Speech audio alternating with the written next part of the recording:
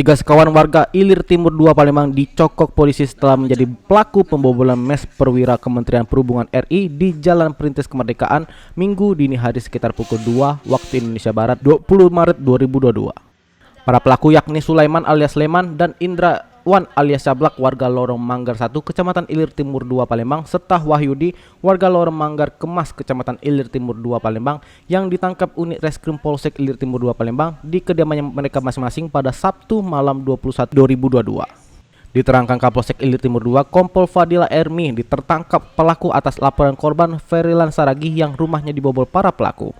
Setelah diintegrasi, Kompol Fadila menjelaskan modus operandi pelaku dengan cara membongkar jendela rumah dengan menggunakan sebuah obeng. Alhasil para pelaku membawa kabur satu set sofa, unit kulkas merek Saf, dan satu buah tabung gas LPG 3 kg dengan total kerugian mencapai 4 juta rupiah. Telah dilakukan saudara S, ya, ada 2 TKP, yaitu TKP yang pertama itu ada di Ruko Jalan Perintis Kemerdekaan.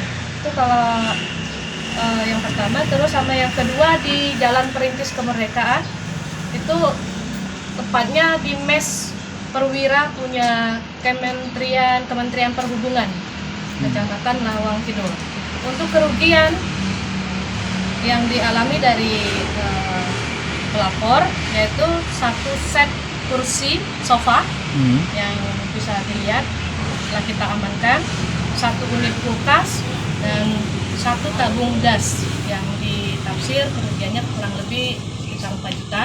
Dan TKP yang satunya kerugian berupa satu keping plat besi, ya. Plat besi itu kejadiannya pada